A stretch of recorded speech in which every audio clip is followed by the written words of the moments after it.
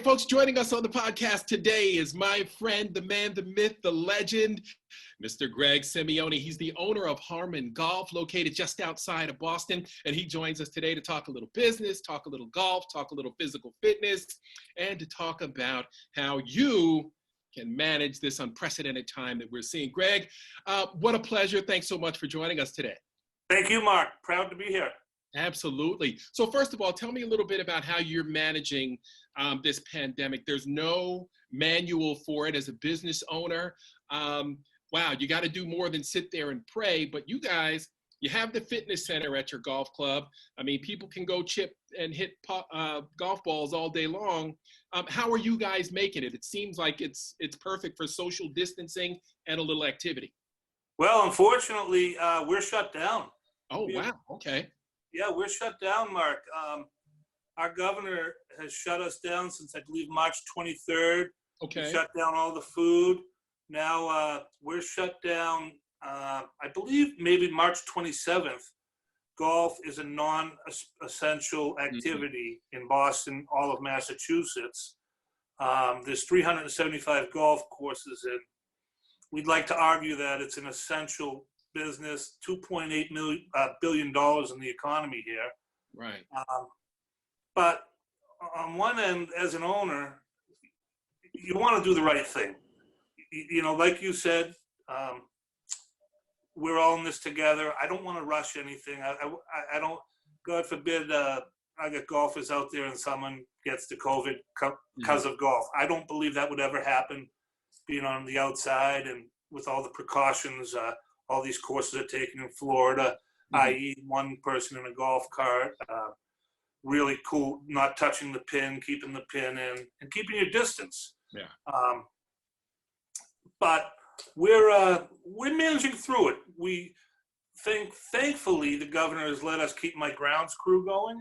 Okay. So the course is actually looking spectacular. If he did not allow that, all these places would be in trouble, because when this is over, the courses would look awful. It would take a long time to come back. Thankfully, and I'm grateful, you know, but we're taking care of staff. And the other thing is we can do takeout Wednesday through Sunday. We do it 4 to 7 p.m. And, you know, I'm the luckiest person in the world, my brothers and I, because we've got the greatest members in the world. Our takeout is, I have to tell you, I've never, my whole life has changed in 5 weeks. Like, I'm answering phones, standing up, and my back's hurting. I'm running, getting pizzas, running credit cards, and I have an unbelievable staff here, led by our GM, Matt Casaro, and my brothers are down here every day. We're doing our best. Wow. See, you know, it's interesting too, because I'm here in Georgia. I drive by a golf course every day when I get out, and the golf courses are open. People are on the courses. So I totally forgot that you guys were shut down up there. Yeah. But tell me a little bit about that adjustment, because it's all hands on deck, first of all. As an entrepreneur, if you don't do it, it don't get done. What's that process been like for you? Has it been humbling at all? Has it been scary? What's that been like? Oh, you know what? You sort of just described it really well. A combination of humbling and scary. You know, my brothers, you know, we meet all the time, and it's, you know, you're never going to foresee what's going on, but every day we come to work, the first thing, you know, we do is we disinfect and mop up the front foyer. And I try to make a point of that in all my social medias every day. You know, I have the cleanest foyer in New England when you come pick up your, and it's a little bit of a marketing tool, but you know what? I want people to know the second they come up for that 2-minute interaction, listen, you're in the cleanest place in New England. Absolutely. And you know, you're wearing masks, and it's just, I'm amazed more people in restaurants don't do it. Like, right. Because we're not geniuses here. Trust me. But, right. You know, our members and anyone that walks in this place, they know they're in a very, very, the second I get off the phone with you, because we're closed today, Monday and Tuesday, for takeout, you know, I'm going to go down and do all the hallways and mop the whole place. you Wow. know. So, Mark, one of the good advantages of this is Mhm. we've gotten a little construction stuff done. Yeah. We've changed all our toilets and faucets to touchless. We think that's the way no more grabbing the handle. My brother came up with that idea, and I really thought it was a good idea. Like, let's do it now. Right. And probably in the next 3 months, that's going to be standard in every restaurant anyways. Oh, I believe it.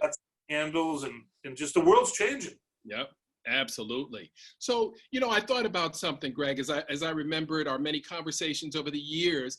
How did your professional hockey career help you as an entrepreneur? We talked about, this process being humbling and a little bit scary, kind of like pro sports, huh? First of all, let's not go crazy. I was a minor league bum, okay? So let's not go crazy and make me anything else that I'm really not. But the best thing that hockey in life, not professionally, but as a little kid, I didn't play soccer, but playing within a team framework. There's been some teams where, I was the first or second best player in that team. But as I got older, I was usually the last third of the team, and just figuring out how to listen to the captains, how to execute, how to listen to the coach, and I've always tried to take that into my business world. I'm lucky I can lean on my two older brothers, but I take it into the business world, and we try to empower employees. We really don't care who's right or wrong in the room. As long as someone's right, that's all. Yeah. And that's, Yeah. Go ahead. You talked a little bit about your marketing and your social media. Have video content marketing is one of the biggest things going. You do it extremely well. How have you seen it pay off? You know what? It's just I'm going to give you two quick stories. The interactions 5 weeks ago, we were closed, but we still have, one of the best golf pros in New England and one of the best trainers in New England. So we decided, let's put content out 5 days a week, 30 to 45 seconds. Anything longer than that, people are not interested. Yeah. So it's been great. Some like Instagram and Twitter do pretty good. Facebook's okay. Mm-hmm. I do a lot of it on my LinkedIn, which is very, very good. My LinkedIn is a social media, not my LinkedIn. I'm sorry. Right. But, I just really enjoy doing it, and the feedback and the interactions with people have been amazing. Yeah. Now, I'm going to tell you a quick story. I read something about 10 days ago, because I have a lot of time. I come in the office, I read. Mm-hmm. There was a guy in the golf business that said, this is a great time to go back and like a lot of stuff from your members on your Facebook, all social media, and ex-members, Now, I went back, and I used to do that anyways. Ex-members will always be brothers and sisters to me, but I liked this guy's stuff about 5 things. He calls me the next day and wants to join. Now, who joins a golf course in the middle of the pandemic? He's a great guy, and we're taking care of him, and it's just, that is awesome. Hey, for our first time in our life, we didn't get shut out in a month. We have one member, and it's probably the greatest story. I love telling the story, and with hope, and the guy's a super, super guy, and he can't wait to come back. And I said, we can't wait to have you. Yeah. Yeah. So service is a big deal for you guys. What will be the narrative? What will be the story that you tell about this downtime? Obviously, it's going to be the cleanest foyer and the cleanest kitchen in New England. But also, you are staying in touch with your members.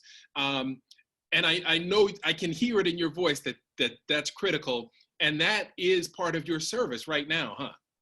We're through social media, yes. So, we want to, we will be communicating something to them further down the road on how we're going to handle the missed time that they've had, because that's going to come up. And as a staff and in the family business, we know we're going to do something nice that they're all going to appreciate at some point. Yeah. And having them stick with us, and you know, it's not an easy time we're all in the same boat. Right. Right.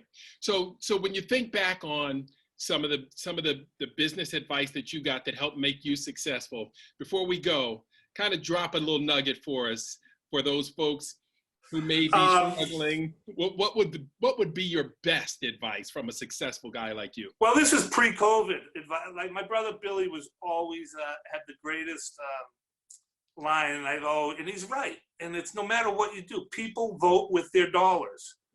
And so, you know, you could put out the best learning package, you know, you think it's the cheapest and the best deal. Well, if one person signs up, it's nothing. Right. You know, you really have to find something that the people want to use at a good value and want to pay for. People vote with their dollars. I mean, it is what it is. And it's just, it doesn't really relate to COVID, but it's a great quote. Right. And the other one I thought was great, I don't even know, I think I read this, was yesterday's home run doesn't win tomorrow's games. and you know, so we're big on, you know, don't go crazy. If you have a good day, stay humble and come ready to work the next day. Don't get it's like sports. Don't get too down if you lose a day. Right. Well, speaking of sports, what happens if you lose a Brady? How are you guys recovering up there? Listen. I was going to say something about Home Depot and Mr. Blank, I believe his name is, celebrating with about 10 minutes left in that game. I've never seen anything like it. Crazy, right? Crazy. And you know what?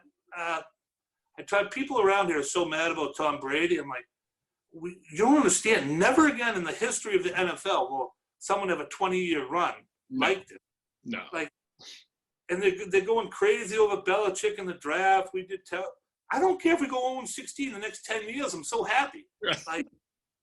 Like the Gronk thing, I don't care. It's been a great run. It has been a great run. And by the way, the NFL sort of speaks for itself. It's that one sport where I'll watch any teams in the playoffs. I'll root for, you know, well, sorry, but I'm a Tampa Bay Bucks and the NFC fan now. Patriots and the Bucks. There you go. I got a Brady. There you go. I'm going to send you a Brady's Bucks shirt. I'm okay. I think I'm okay. I can't wear that in Atlanta.